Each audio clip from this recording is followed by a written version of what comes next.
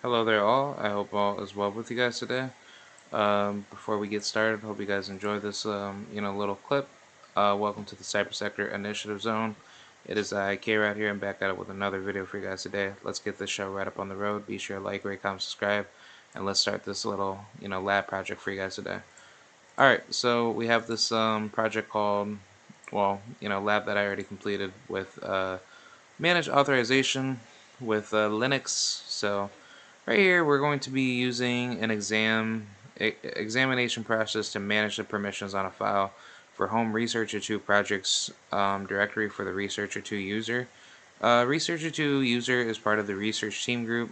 So what we do is that we must check the file permissions for all files within the directory, including hidden files, to make sure that permissions align with the authorization that should be given. When it doesn't, you must change its permissions. We are going to check the user for group permissions for all files in the project's directory, and then after that, we will check whether any files will have any incorrect permissions and change the permissions as needed. Finally, we would need to check the permissions of the Home Researcher 2 project in the drafts directory and modify these permissions to remove any unauthorized access. So we start with the account researcher 2, which is right here. Then what we do right here is that we are going to go to CD projects, start this up. And then we're going to use ls-l, and these are all of our directory documentation, which this shows like our writing code symbols, which is I forgot what exactly these things represent, but basically I do know that the W means write and X means execute, and D is directory if I'm not mistaken.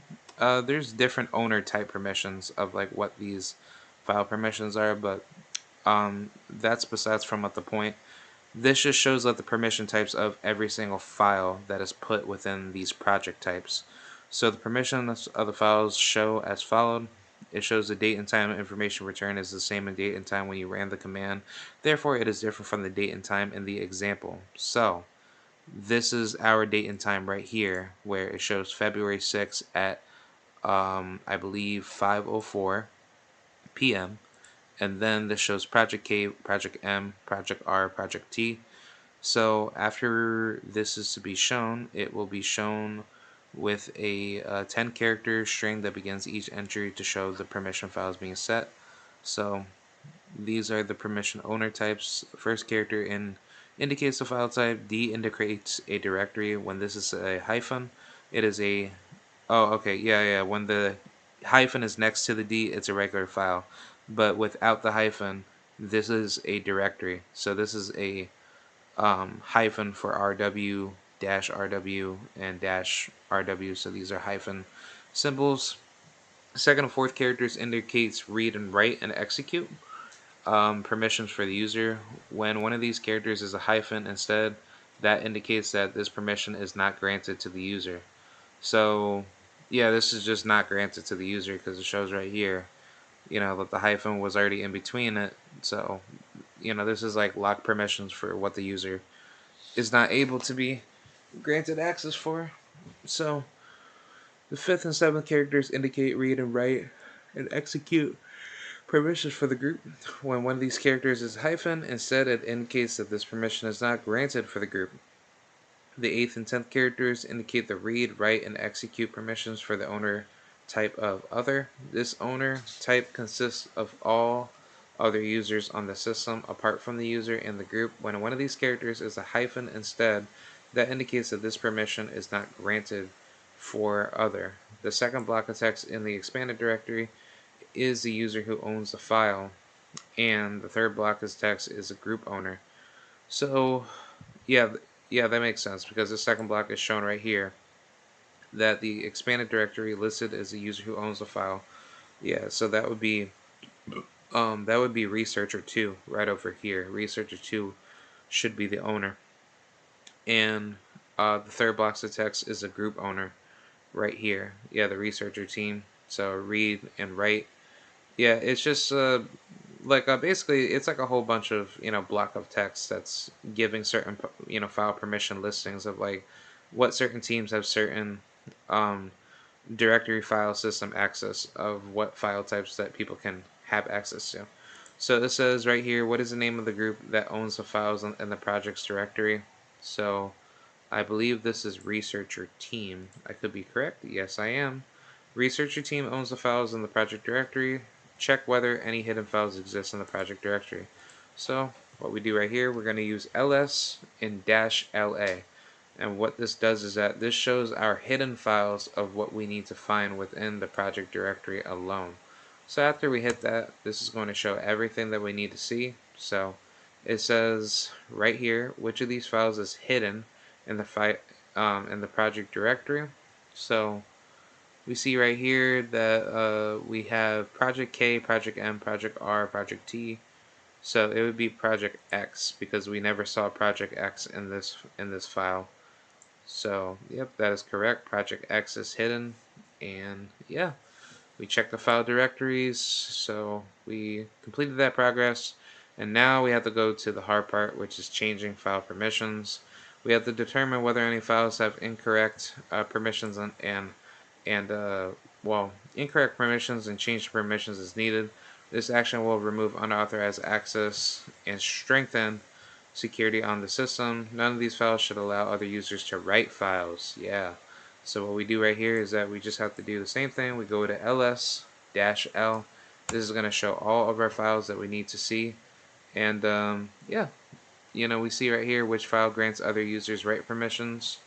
So, I would say, with Project K, that does make perfect sense because what you see right here is that the read and write permissions are giving, project, well, this researcher 2 right over here, the permissions to write, files for other users. So this would make sense versus like, you know, like a basically, this would make sense over all the other file types with Project T or Project M, because with Project T, you can see that their file permissions are not the same because they don't have the proper file permissions to how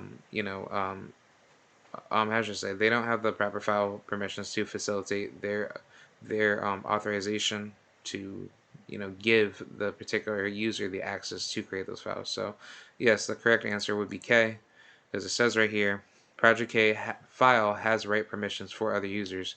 Change the permissions of the file identified in the previous step so the owner type of other doesn't have write permissions. So we have to use the chmod command right over here, where we put in chmod o minus w space project underscore k txt. So we do that, and that is supposed to give our permission a switch for the file type. And it says right here in the note, permissions are granted for 3 different types of owners, namely user, group, and other. Chmod command, U sets a permission for the user who owns the file.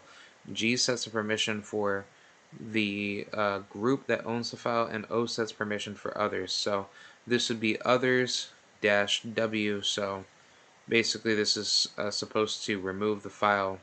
Well, it's supposed to restrict the user authorization, um, permissions of what the user is able to do.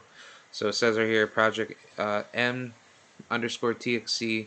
Well, project underscore m.txt is a restricted file and should not be readable or writable by the group or other. Only the user should have these permissions for the file. List the contents on the permissions and check if the group has read or write permissions. So we obviously do this. We go back to ls minus l, and then it says right here what are the group permissions on the project m file.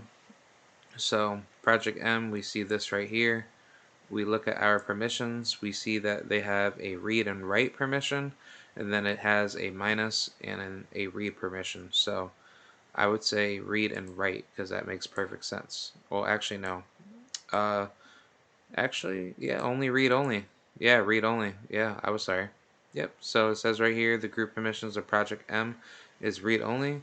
So we have to use the chmod command to change its permissions of Project M text file so the group doesn't have read or write permissions of this file. so other users are not able to modify it for their own personal um, intent of gain. So we do that, and that should be completed as we check our progress right here, and boom, we got it done. So alright, next step is to change the file permissions of a hidden file. So we have to look for project X. That's our hidden file that has been archived and should not be written to anyone. So we go back here, we go to ls minus a, well minus la. This is all of our files right here. We see project x.txt. It has read, write, and yeah, I think this is like read, yeah, read and write permissions, but I could be wrong. But it says which owner type has the incorrect write permissions. Um, let's see. I think it's just a user. Well, actually, no, the user and the group. Because of the group, they have all, yeah, they have more, uh, permissions to have more modification power to do what they need to do. So these are the incorrect write permissions that they carry. But it says right here, the user and group owners have incorrect write permissions. So we have to go in there and change the permissions of the file of project X text file, and then that way that both the user and the group can read but not write to the file. Be sure to start the name of the hidden file with the period. So we go right here, we do the chmod command, and then we have to do u minus w comma g minus write, and then do the same thing. Like we're basically removing and we are granting only write permissions only for project x.txt. So only the user alone is to basically have only write permissions for this one user. So this would be user minus w, and then grant write permissions and grant read permissions for project X. So this is changing the file permissions. Oh, and I forgot to hit enter. So do that, click on that, and then boom, we got that done. We have to now change directory permissions. In this test, you have to change the permissions of the directory. You have to check the group permissions of home researcher / projects in draft directory, and then modify the permissions required. You should be in the project directory while managing the permissions of this directory. Only researcher 2 should be allowed to access the drafts directory and its contents. This means that only researcher 2 should have executing privileges. So yeah, we basically have to make user researcher 2 to be the only one to have executing permissions for its file contents. So now that we have that, it says does the group have permissions to set access, and the yeah does the group have permissions set to access the drafts directory and its contents? And that answer is yes, because it shows right here that the group has execute permissions and therefore has access to the at, yeah, to the drafts directory, because it says right here like directory read write execute, and then this is obviously like the research team, so it's being given all the permissions for everybody on the team to access, the files that it needs to, because it shows right here within the users that everybody's able to have read and write permissions only to the files, but whoever is the system's administrator to have access to the execution,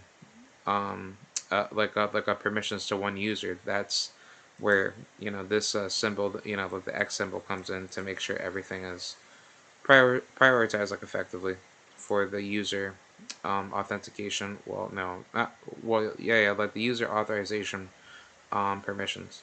So right here, we just have to change the execute permission from the group, from the drafts directory. So we do chmod g minus x. So basically, we are getting rid of the execute permissions for the group in the drafts directory. So we hit that, and then we should have that set. And there we go. We have that done. So yeah, that's pretty much it. Hope you guys enjoy this video. This is pretty much a little lab demonstration that I wanted to show of like what you do to manage authorization permissions within users of Linux. And yeah, I hope you guys enjoyed it. It's not really difficult to do. You just have to read and be very concise with what you do, and that should be all set to go. But be sure to like the video, watch the video, piece by piece to get the proper information. Yeah, and that's pretty much it. Hope you guys enjoyed it, and I'll see you guys on the next one. So peace out, have a good day, and goodbye.